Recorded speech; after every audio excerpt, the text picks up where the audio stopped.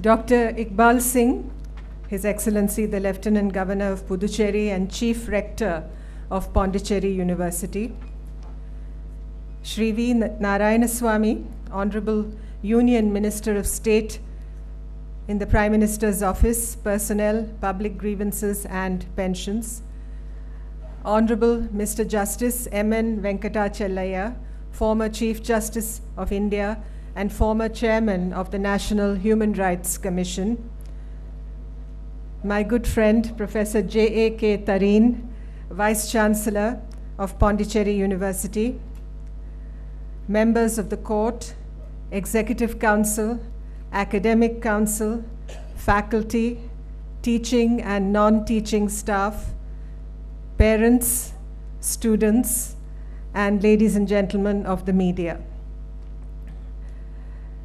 It is indeed a great honor to have been requested to address the Pondicherry University on the occasion of their 22nd convention.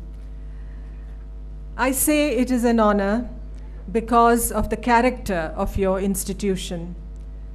I am impressed by your vision in setting your target, how you blaze new trails by setting trends, and your determination to achieve the goals thus set. You are proud but not complacent. You wish to achieve global standards in the work you do.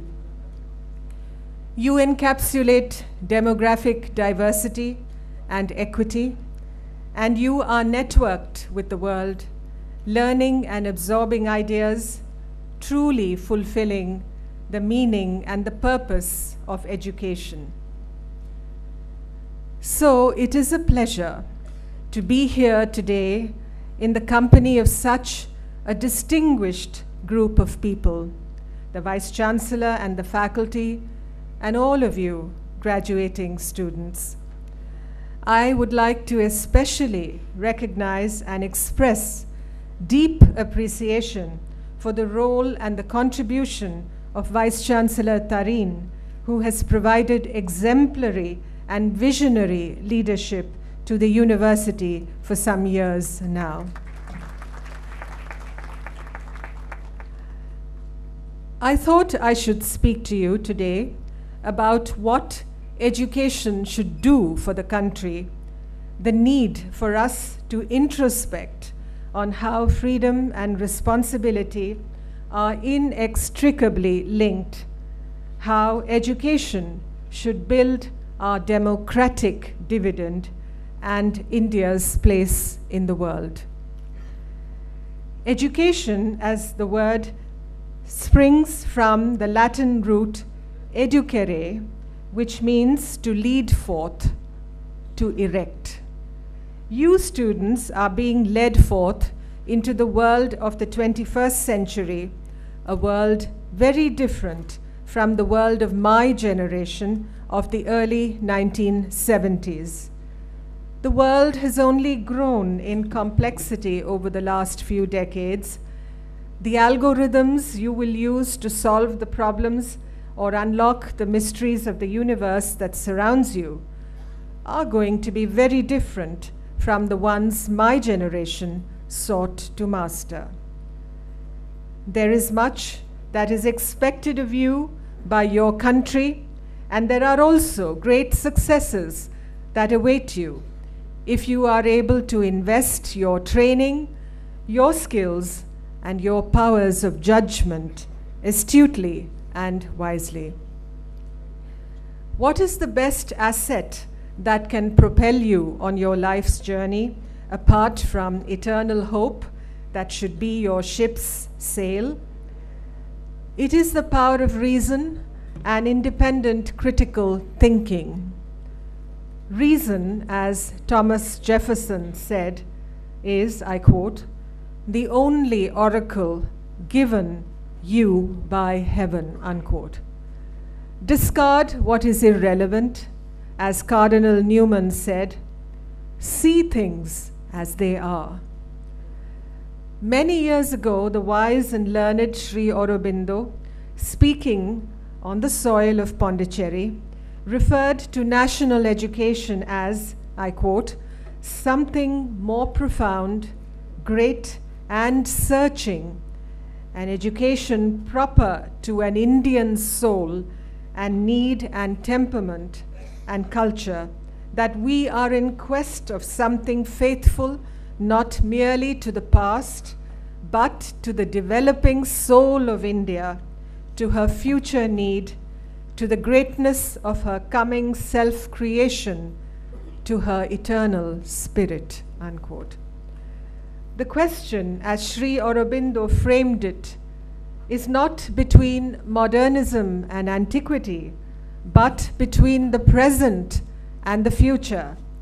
Not a return to the glories of the 5th century, but, again I quote, an initiation of centuries to come, unquote, that is demanded by the soul, by the Shakti of India.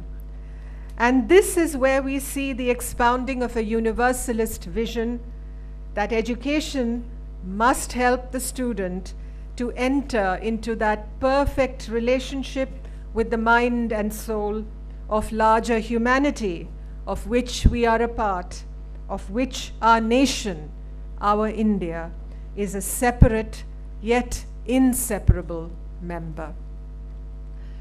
Aurobindo's words, penned almost a century ago, have a profound relevance even today, and I have therefore drawn reference to them. His eloquence was unmatched when he issued a call for education to usher in, I quote, the alchemy of infinity into the finite life, unquote, as is reflected in our tradition through the examples of the brave and the forthright like Nachiketa, Markandeya, Savitri, and Arjuna. Correspondingly, you must learn to set the highest standards for yourself as also for those around you. The power of intelligent questioning, probing debate, and a passion for truth and abjuring narrow-mindedness is what should be your guide. It is not argument for the sake of argument. For let us be known as the intelligent and profoundly thoughtful Indian, rather than the merely argumentative Indian. Our age has been variously called the age of discovery by virtue of the vast ocean of knowledge that is being accessed through the miracle of advanced technology and connectivity, as also the age of participation, because each and every one of you have the power to influence the course of history through the power of participation in the life of this vast, pulsating nation of ours. You can make a difference for good or bad. There is much power that you possess. I hope you will only do good.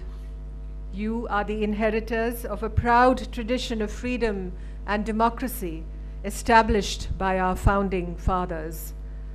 Our freedom was achieved through great sacrifice.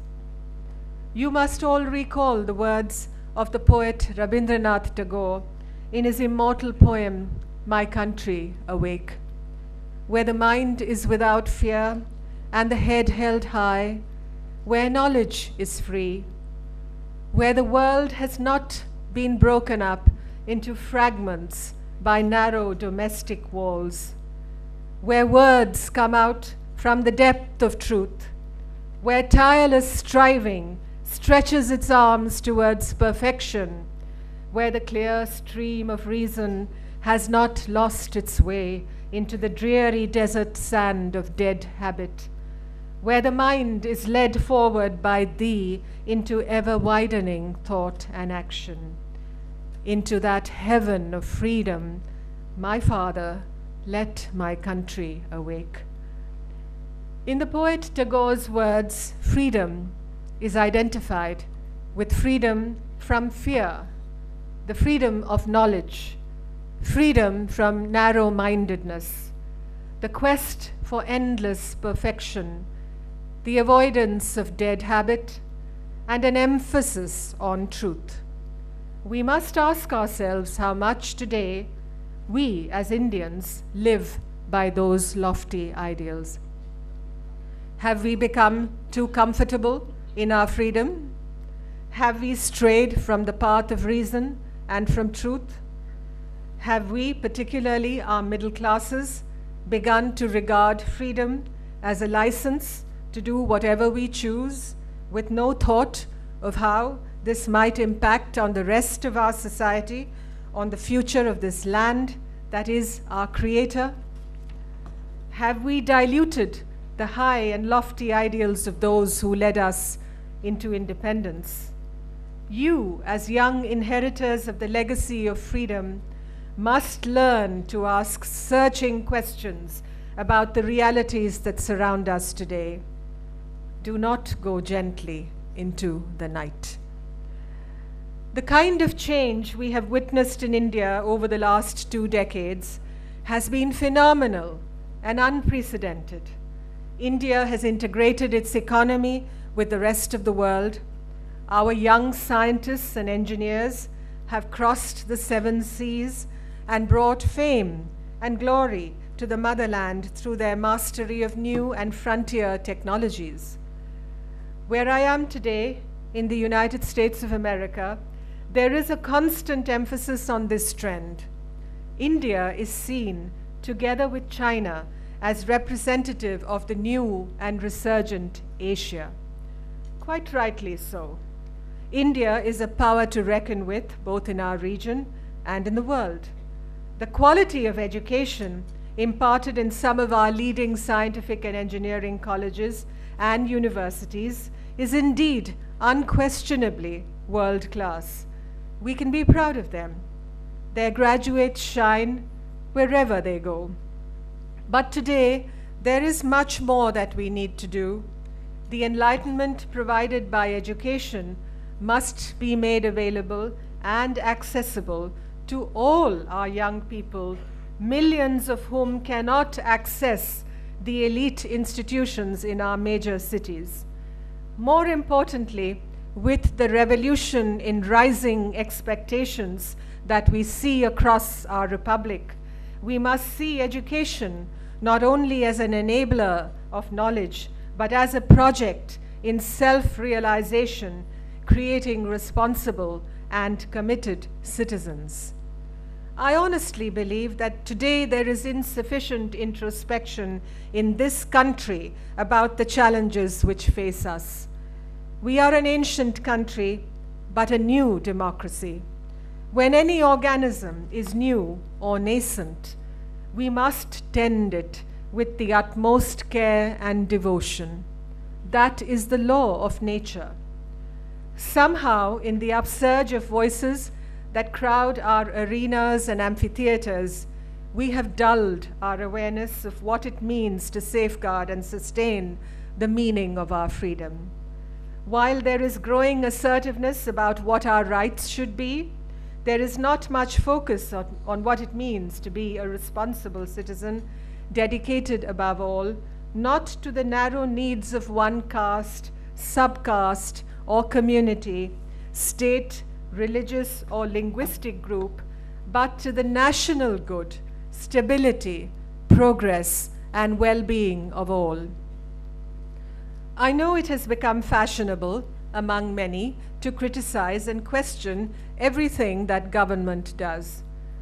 While the recent upsurge of people's voices against corruption cannot be ignored, I believe there is scope for a more rational debate on such issues.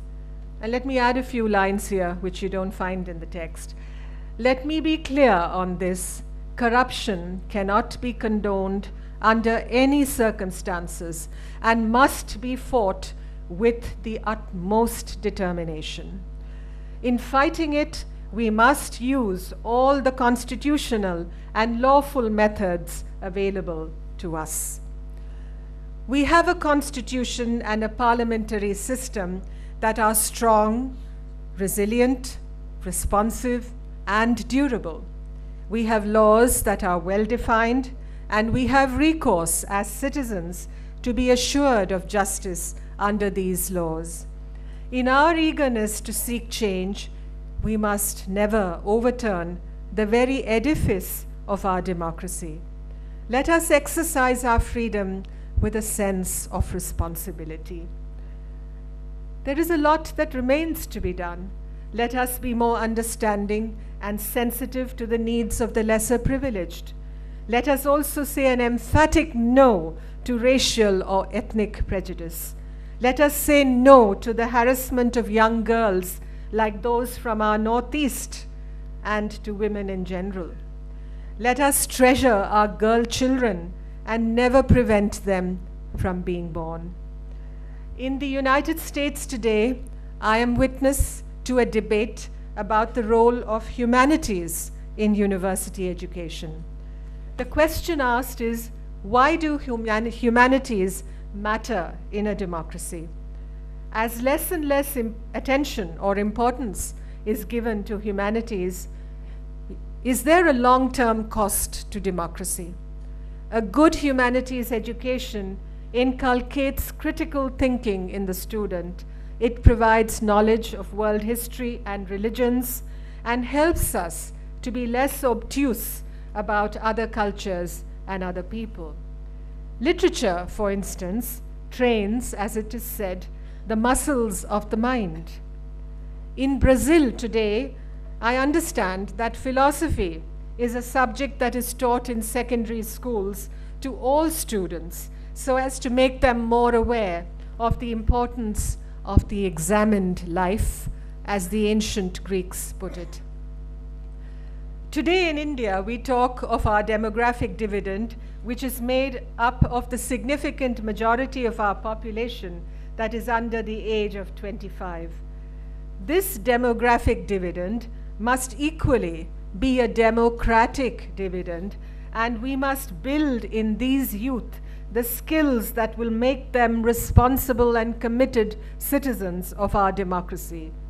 Education of these young men and women should not just be about profits to be made in business and industry, but also about preparing them to shoulder the responsibilities of democracy. This cannot be done through a mere blast of sound bites fed through so-called breaking news on television.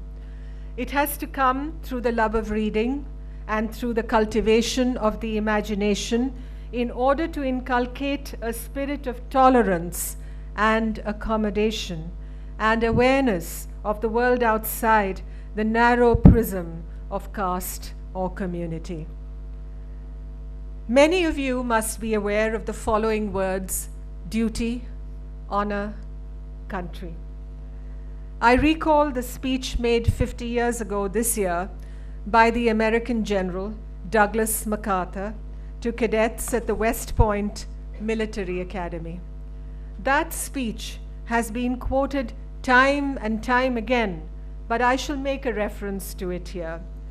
It spoke of learning to master yourself before you seek to master others, to have a heart that is clean, a goal that is high, to learn to laugh, yet never forget how to weep, to reach into the future, to be serious, yet never take yourself too seriously, to be modest and understand the simplicity of true greatness, the open mind of true wisdom, the meekness of true strength. When the final roll call is taken, these are the values we should be judged by. Those words spoken to an audience of young military cadets are equally applicable to you, for these same values will make you worthy of being seen as the best of your generation if you internalize them and make them your code of conduct. Let me now turn to India and its role in the world.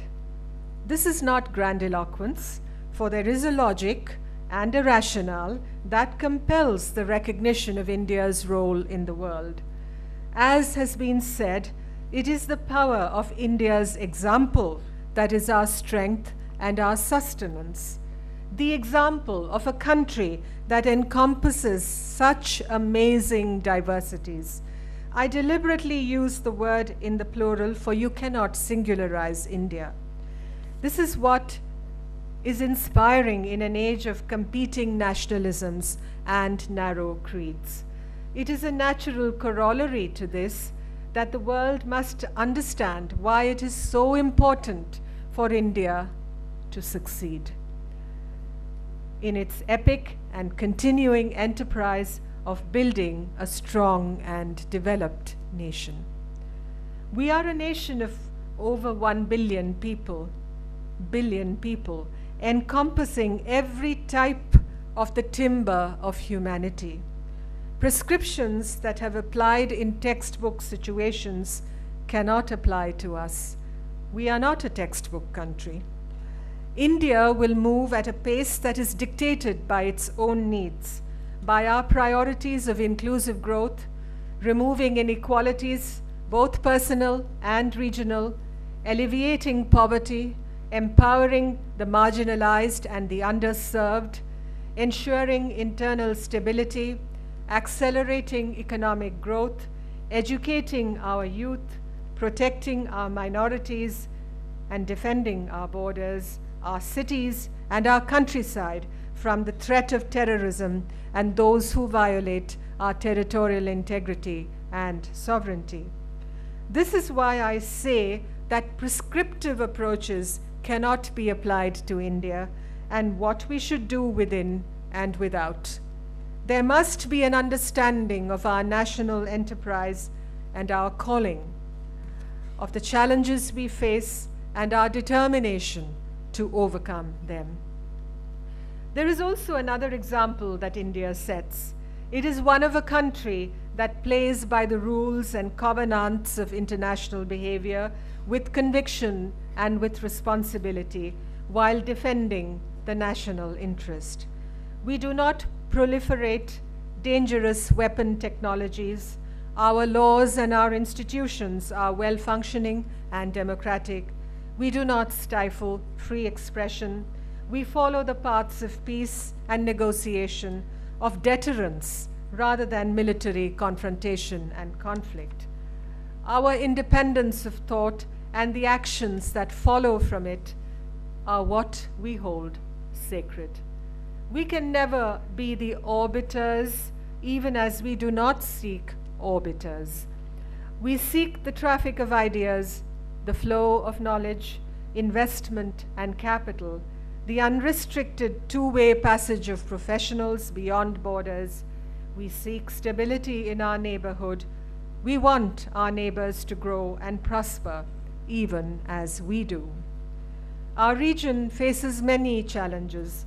The difficult situation concerning Afghanistan is one of them, as well as the miasma of terrorism and extremism that is engulfing Pakistan and has targeted and endangered and continues to target and endanger our own citizens. Our primary focus has to be our region and how we marginalize and overcome these forces that do not want our region to grow and prosper, that do not want the education of our girl children or the empowerment of our women, that do not want our societies to shake off the shackles of backwardness and prejudice, that seek the prolonging rather than the solution of issues that divide us. The subcontinent to which we have given our name and the Indian Ocean that stretches beyond our shores and has linked our destinies with Africa, the Arab world, and Southeast Asia define in many ways our future well-being. The focus that we give to improving trade, connectivity, economic integration, confidence building, and development cooperation within our neighborhood is perfectly legitimate and justified. It is dictated by the national interest. With the United States, with Europe, Russia, and Japan, we have vital relationships built on priorities determined by the national interest of India. Each of these relationships are critically and crucially important for us as we seek the realization of our vision of a 21st century India that is economically strong, resilient, and enduringly democratic. With China, our largest neighbor, it is important that we continue to transact a well-calibrated relationship, conscious of the enormously complex nature of our ties, and therefore always guided by mature judgment and long-range vision. This is not a sign of weakness, as some make it out to be. It is an approach dictated by sober assessments. Emotional complexes cannot be a driving force in foreign policy. As I see the future that beckons to you, it seems you have your tasks cut out. I advise you not to seek personal triumph. True leadership is about durable achievement that you can be proud of at the end of your lives. One day, let your grandchildren speak with pride about what you did, that you increased food security, you solved maternal and child health and nutrition problems, that you were a beloved educator and public servant, engineer, scientist, and innovator, that you promoted peace, consensus, and trust building with our neighbors, that you were incorruptible. You do not want to be remembered otherwise. Develop the capacity to keep your eye over the horizon and not be entrapped in the petty immediacy of narrowly defined interests. Do what you do for the glory of India, not for becoming famous yourself. Mother India has given much to you. It is now your time to give to her. Devote yourself to public service and live in a way that will do India proud. I wish you joy in the service of India. Thank you.